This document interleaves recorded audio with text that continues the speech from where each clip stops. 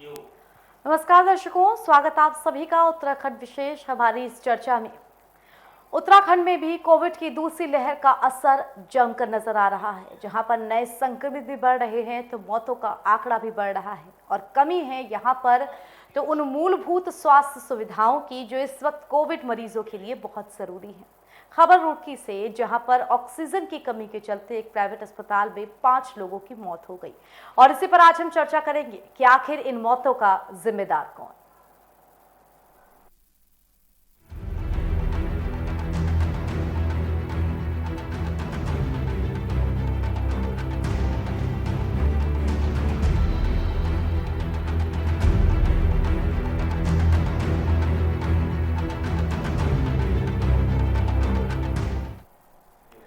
Corona की दूसरी लहर ने पूरे देश को ही अपनी चपेट में ले रखा है। अगर आंकड़ों की बात करें तो महाराष्ट्र सबसे ऊपर है और सबसे ज्यादा आबादी वाला प्रदेश उत्तर प्रदेश चौथे नंबर पे। लेकिन उत्तराखंड की अगर बात की जाए तो अब पहाड़ों पर और पहाड़ों के दूर दराज गांव तक भी कोविड संक्रमण पहुंच चुका है। लिहाजा आंकड़े लगातार बढ़ रहे हैं। इन आंकड़ों का एक बहुत बड़ा बढ़ने का कारण हाल फिलहाल रहा कुंभ का मेला भी रहा, जिसमें इतने लोग इतनी बड़ी संख्या में पहुंचे और जिस तरह की सोशल डिस्टेंसिंग ना के बराबर दिखी, उसका असर अब दिख रहा है कि किस तरह से मरीजों की संख्या बढ़ रही है। और उत्तराखंड में स्वास्थ्य को लेकर के, स्वास्थ्य की मूलभूत सुविधाओं को लेकर के दूर दराज के गांव में, वहां के सामुदायिक स्वास्थ्य केंद्र या प्राथमिक स्वास्थ्य केंद्र में कैसी स्थिति है, इससे आप सभी वाकिफ होंगे। समय समय पर जो कोविड नहीं था तब भी स्वास्थ्य सेवाएं कितनी लचर हैं, इसकी तस्वीरें हम देखा करते थे। तो इस वक्त तो हम एक ऐसी महामारी और उसकी दूसरी लहर से जूझ रहे हैं जिससे पार पाना अब बहुत मुश्किल है। युद्ध स्तर पर तैयारियां होंगी और चलती रहेंगी, तब हम जाके इससे पार पा पाएंगे। और अब बात उन सभी कमियों की जिनके चलते आम जनता त्राहिमाम त्राहिमाम कर रही है। ऑक्सीजन की कमी, जो कि एक सबसे बड़ा कारण है मौतों का, उन मौतों का जिसमें मरीज सीरियस स्तर तक पहुंच जाता है और उससे ऑक्सीजन की बहुत ज्यादा जरूरत होती है, लेकिन उसकी कमी के चलते भी अब मौतें हो रही हैं। अंदर पड़े थे दोपहर तक बिल्कुल ओके थे और बस जब भी वहाँ किसी से बात कर रहे थे तो डॉक्टर भी हमने कह रहे थे कि हम अपने को लेकर चले जाओ, कहीं दिखा दो। डॉक्टर तो बिल्कुल भी साथ में खड़े हो रहे थे, सभी मरीज जो साथ ऐसा हो रहा है। इसमें गहनता से गंभीर घटना रिपोर्ट की गई है। इसमें गहनता से जांच की जाएगी। इसमें मैजिस्ट्रियल इंक्वायरी इंस्टीट्यूट की गई है, जिसमें हमारे साथ साथ एक पैनल मेडिकल एक्सपर्ट्स भी 2 लोग रखे गए हैं। तो इसमें सभी तथ्यों की गहनता से जांच करते हुए सारे तथ्यों को उजागर किया जाएगा और जिस भी स्तर पर खामी या लापरवाही पाई जाती है तो कड़ी कार्रवाई के निर्देश दिए जाएंगे। जो रिपोर्ट किया जा रहा है, उन्होंने बताया है कि विनय विशाल में लास्ट मंडे को नाइट में 5 डेथ्स रिपोर्ट हुई हैं।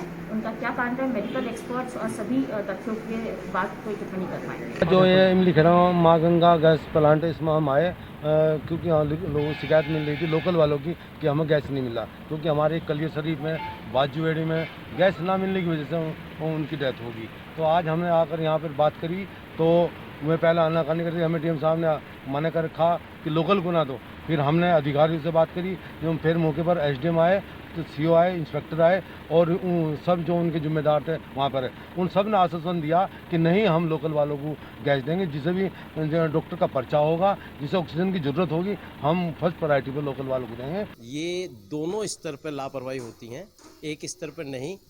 हमें नर्सिंग होम के स्तर पर भी लापरवाही हुई है और प्रशासन स्तर पर भी लापरवाही हुई है। हमारे सरकारी हॉस्पिटल में अब से 1 साल पहले वेंटिलेटर्स बेड आ गए थे, 14 वेंटिलेटर दिए गए थे, जिनका आज तक एक भी एक्टिव नहीं है। ऑक्सीजन के लिए मैं बता दूं, ऑक्सीजन तो यहाँ पे कुछ नेता तो कह रहे कि हमने 3-3 राज्यों को ऑक्सीजन पहुंचा दी।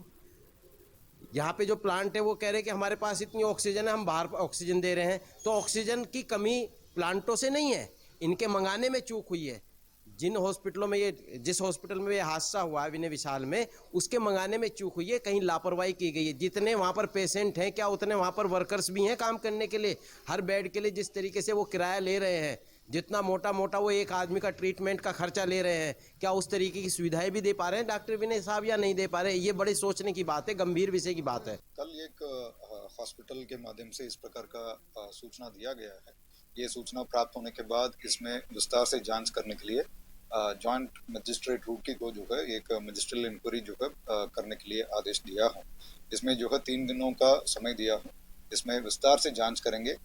अगर ऐसा कोई घटना हुआ है तो वो उस घटना में क्या क्या कारण रहा है, कहाँ पे समन्वय का अभाव रहा है, कहाँ पे कोई भी लापरवाही अगर रही हो तो कहाँ पर रहा है, ये सारे बातों जो है विस्तार से जांच करेंगे। इसमें लगातार कोरोना का संक्रमण बढ़ता चला जा रहा है। वहीं रोजाना कोरोना संक्रमितों की नए मामले बढ़ते हुए नजर आ रहे हैं। बात की जाए रुड़की में, तो रुड़की में हाल ही में एक निजी अस्पताल में जहां 85 कोविड संक्रमित बेड डले हुए हैं, वहां पर उनका इलाज चल रहा था। उनमें से देर रात ऑक्सीजन खत्म हो जाने के चलते 5 लोगों की मौत हो गई थी और कई लोग जो थे वो जिंदगी और मौत के बीच में झूल रहे थे। वहीं आनन फानन में निजी सिलेंडरों का इंतजाम किया गया और लोगों को वहाँ सुविधा देने की कोशिश की गई।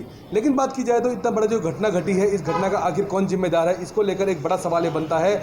जिलाधिकारी हरिद्वार द्वारा मजिस्ट्रेट जांच बिठा दी गई है और जांच में रुड़की ज्वाइंट मजिस्ट्रेट नमामि बंसल और उनके साथ ही सरकारी अस्पताल के 2 चिकित्सकों को नामित किया गया है, जिनसे पूरे आख्या मांगी गई है कि आखिर इतना बड़ा जो हादसा होता है इसके पीछे आखिर जिम्मेदार कौन है। वहीं बात की जाए नोडल अधिकारी जो इस पूरे प्रकरण में नोडल अधिकारी हैं, उनका साफ तौर पर कहना है कि उन्होंने रात में जब इस संबंध में अस्पताल प्रबंधन से बात करी तो रात के 9 साढ़े 9 बजे अस्पताल प्रबंधन का साफ तौर पर कहना था कि ऑक्सीजन की यहाँ कोई कमी नहीं है, लेकिन 12:30 बजे ऑक्सीजन खत्म हो जाती है। तो इसके बारे में आखिर बड़ा सवाल ये बनता है कि इसके पीछे आखिर जिम्मेदार कौन है। आम लोगों की जो इसमें मौतें हुई हैं उन मौतों का जिम्मेदार कौन है, इस पूरे हालांकि पूरा विषय जो है जाँच के बाद सब चीज़ें खुलकर सामने आएंगी, लेकिन इस सब पूरे मामले में आगे क्या कार्रवाई होती है ये देखने वाली बात होगी। प्रिंस शर्मा के न्यूज़ इंडिया, रुड़की। और चर्चा की शुरुआत करें इससे पहले इस वक्त की बड़ी खबर आपको राजधानी दिल्ली से बता दें, जहां छोटा राजन डॉन की मौत हो गई है। दिल्ली के एम्स अस्पताल में छोटा राजन भर्ती था, कोविड संक्रमित के चलते मौत हुई है। बड़ी खबर इस वक्त की राजधानी दिल्ली से आपको बता रहे हैं। अंडरवर्ल्ड डॉन छोटा राजन की कोरोना के चलते मौत। दिल्ली के एम्स में भर्ती था छोटा राजन।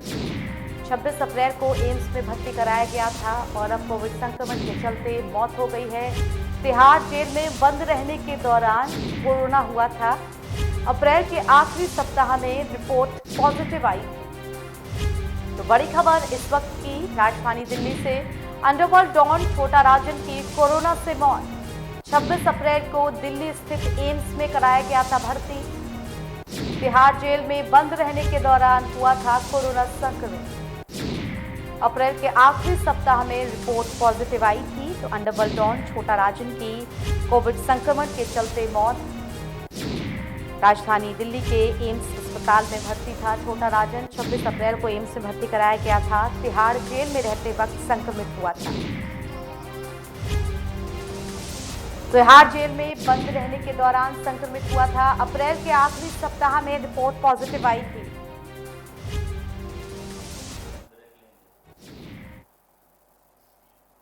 और इसी के साथ दर्शकों एक छोटे से ब्रेक के लिए रुक रहे हैं, लेकिन ब्रेक के इस पार हमारी चर्चा जारी रहेगी उत्तराखंड विशेष पर। छोटा सा ब्रेक।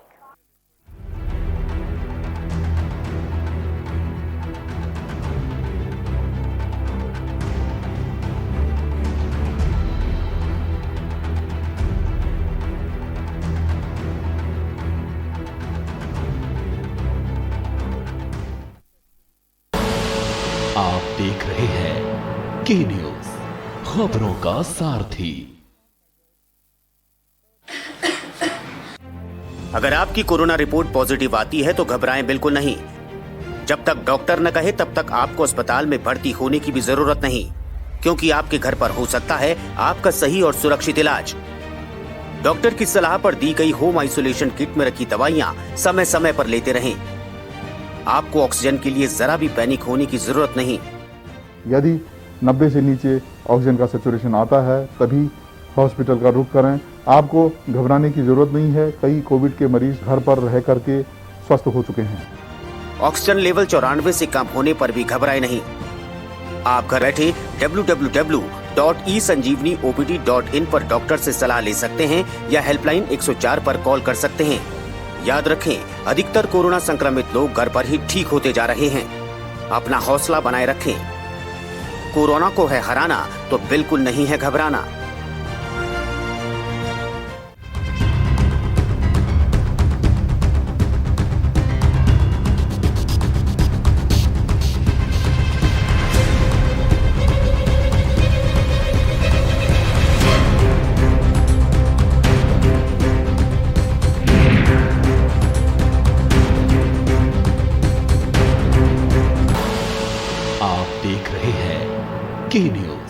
खबरों का सारथी।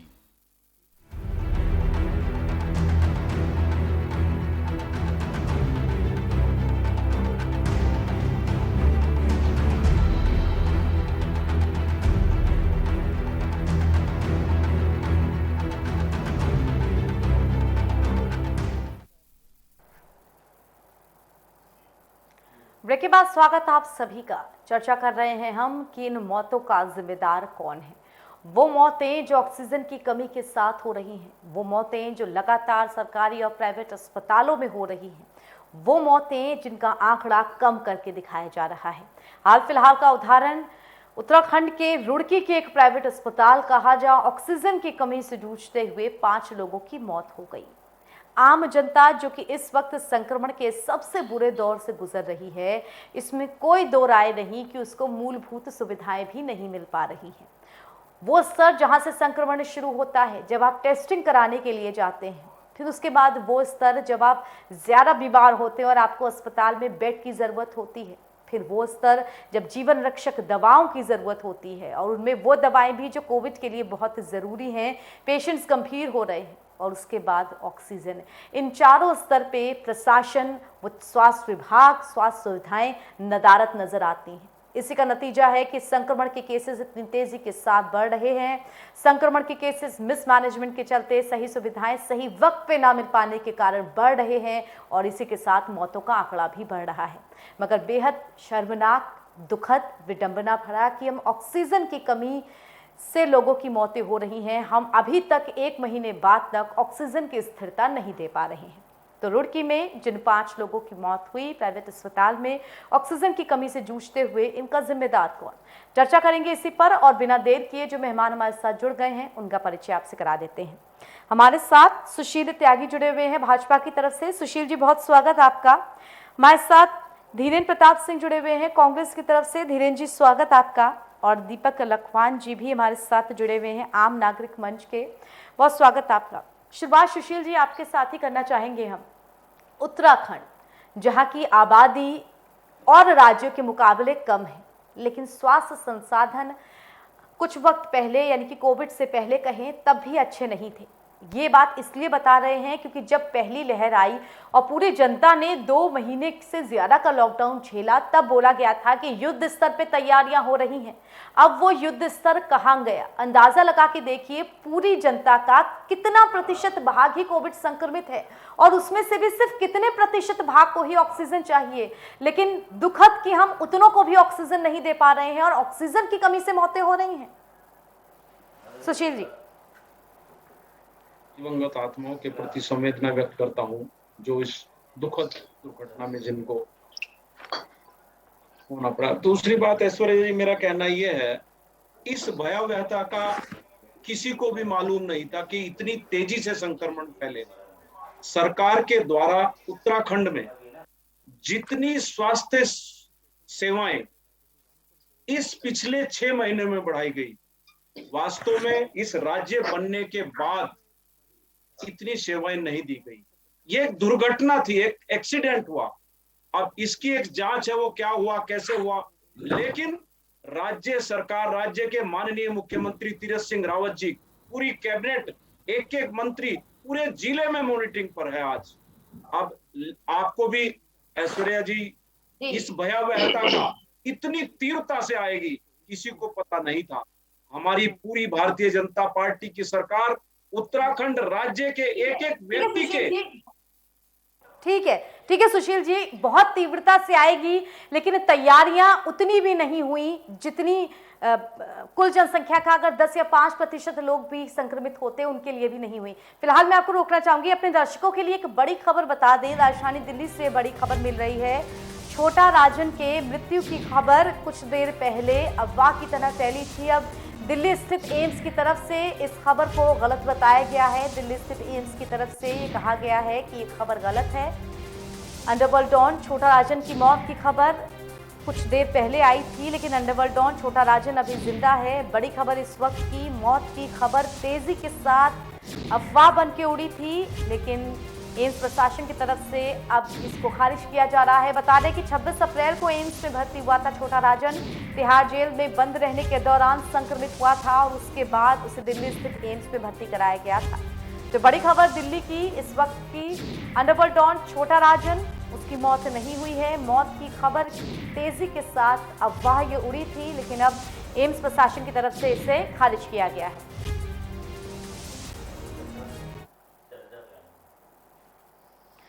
तो आइए चर्चा की शुरुआत करते हैं। आप दीपक जी से हमने सवाल पूछा था, माफी चाहेंगे सुशील जी से। अब मैं धीरेन्द्र जी के पास आना चाहती हूँ। धीरेन्द्र जी, एक बड़ा सवाल ये बनता है कि जो जवाबदेही बनती है वो उसकी होती है जो कि सत्ता में इस वक्त होता है। उसी से उम्मीद करती है जनता कि तैयारियां की जाएंगी, हमें स्वास्थ्य सुविधाएं मिलेंगी, तमाम वो मूलभूत चीज़ें तो ज़रूर ही मिलेंगी जो एक मरीज को बचाने के लिए ज़रूरी होती हैं।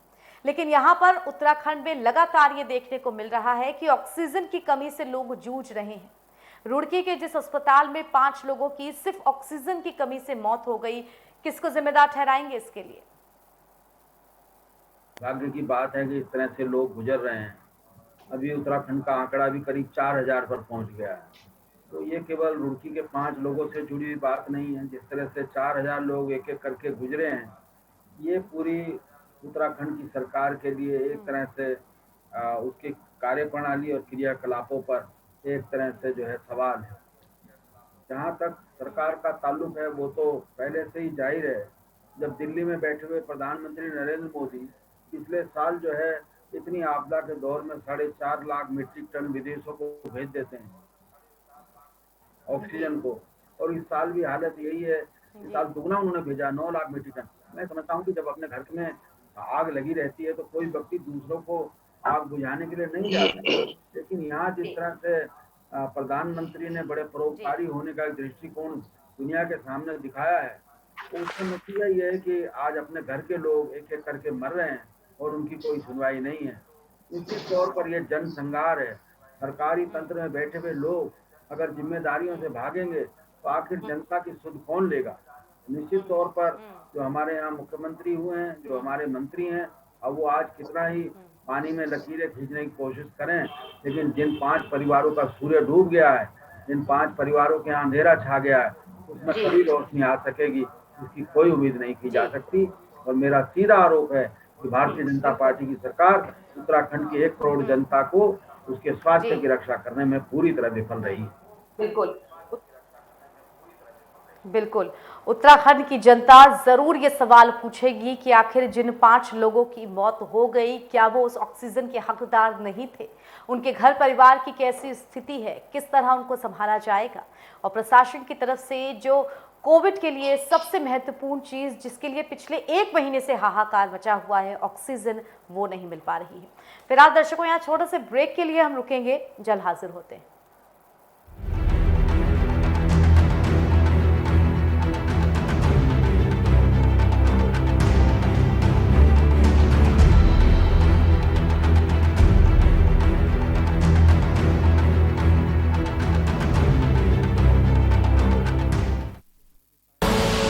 आप देख रहे हैं के न्यूज, खबरों का सारथी। अगर आपकी कोरोना रिपोर्ट पॉजिटिव आती है तो घबराएं बिल्कुल नहीं। जब तक डॉक्टर न कहे तब तक आपको अस्पताल में भर्ती होने की भी जरूरत नहीं, क्योंकि आपके घर पर हो सकता है आपका सही और सुरक्षित इलाज। डॉक्टर की सलाह पर दी गई होम आइसोलेशन किट में रखी दवाइयां समय समय पर लेते रहें। आपको ऑक्सीजन के लिए जरा भी पैनिक होने की जरूरत नहीं। यदि 90 से नीचे ऑक्सीजन का सैचुरेशन आता है तभी हॉस्पिटल का रुख करें। आपको घबराने की जरूरत नहीं है। कई कोविड के मरीज घर पर रह करके स्वस्थ हो चुके हैं। ऑक्सीजन लेवल 94 से कम होने पर भी घबराए नहीं। आप घर बैठे www.esanjeevaniopd.in पर डॉक्टर से सलाह ले सकते हैं या हेल्पलाइन 104 पर कॉल कर सकते हैं। याद रखें, अधिकतर कोरोना संक्रमित लोग घर पर ही ठीक होते जा रहे हैं। अपना हौसला बनाए रखें। कोरोना को है हराना तो बिल्कुल नहीं है घबराना। पर ये दिल है कि चख रहा है उन्हीं अल्फाजों का दूर कितना भेजा? इस जुबान से दूर ना जा पाओगे। विमल, बोलो जुबान केसरी।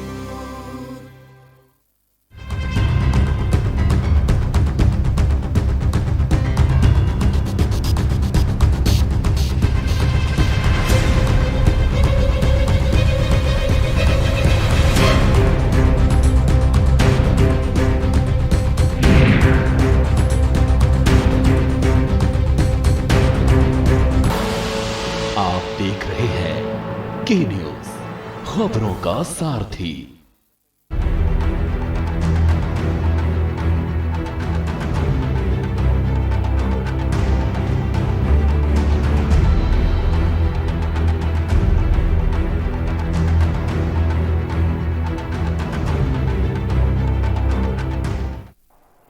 ब्रेक के बाद स्वागत आप सभी का। चर्चा कर रहे हैं हम कि उन मौतों का जिम्मेदार कौन जो सिर्फ ऑक्सीजन की कमी के चलते हो गई। उन मौतों का जिम्मेदार कौन जिनको जो मूलभूत सुविधाएं थी कोविड संक्रमण से जूझ रहे मरीजों के लिए वो नहीं मिल पाई। आखिर कौन जिम्मेदार उन मौतों का। हमारे साथ हमारे मेहमान जुड़े हुए हैं और हम चलेंगे सीधे दीपक लाखवान जी के पास। आम नागरिक मंच से हैं आप। दीपक जी, बड़ी विडंबना है कि जनता 5 साल में एक बार जब वोट देती है तो उम्मीद लगाए बैठती है कि सरकार हमारे लिए काम करेगी, लेकिन जनता की वो उम्मीद तब टूटती है, उसके पैरों के नीचे से जमीन तब खिसकती है जब कोविड जैसी महामारी में भी युद्ध स्तर की तैयारियों की बात कही जाती है मगर तैयारियां की नहीं जाती हैं।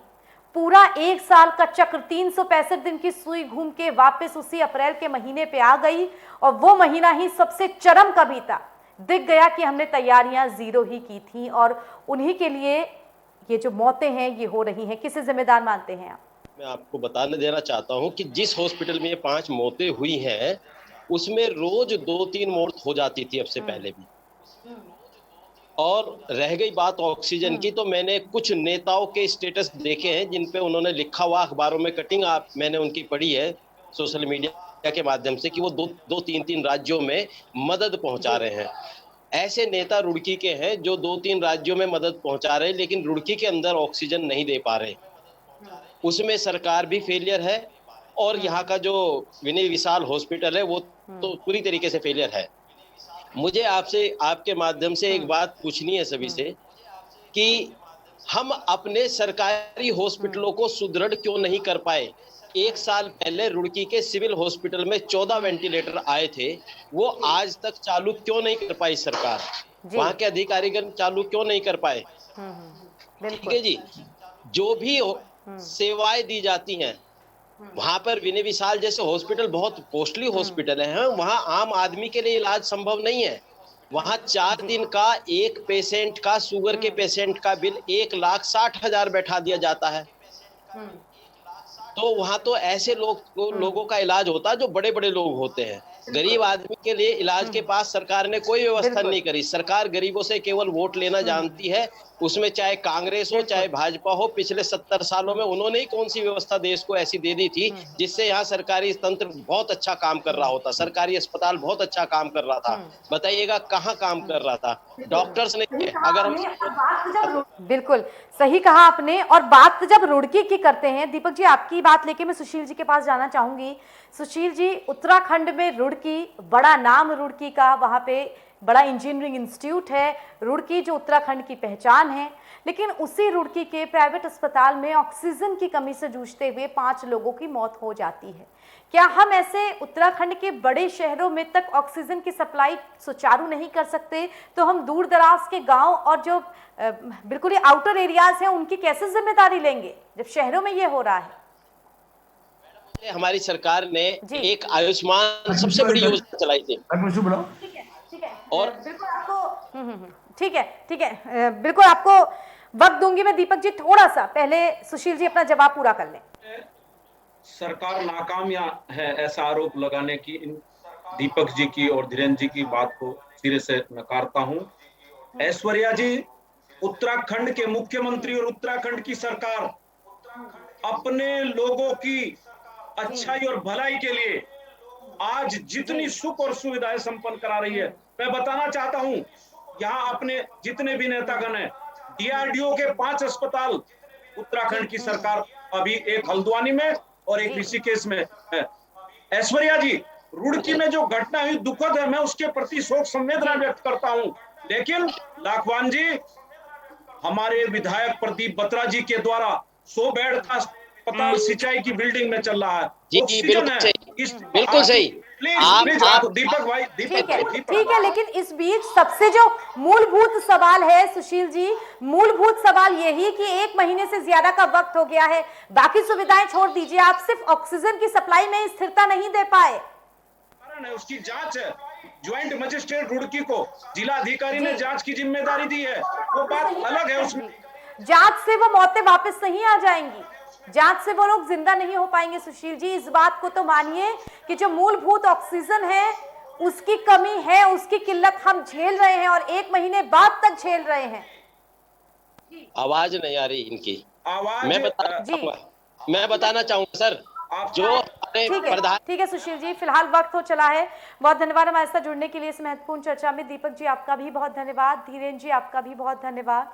और इसी के साथ दर्शकों, फिलहाल हमारी इस चर्चा में इतना ही, इजाजत दीजिए। देश दुनिया की तमाम खबरों के लिए के न्यूज़ के साथ जुड़े रहिए। धन्यवाद।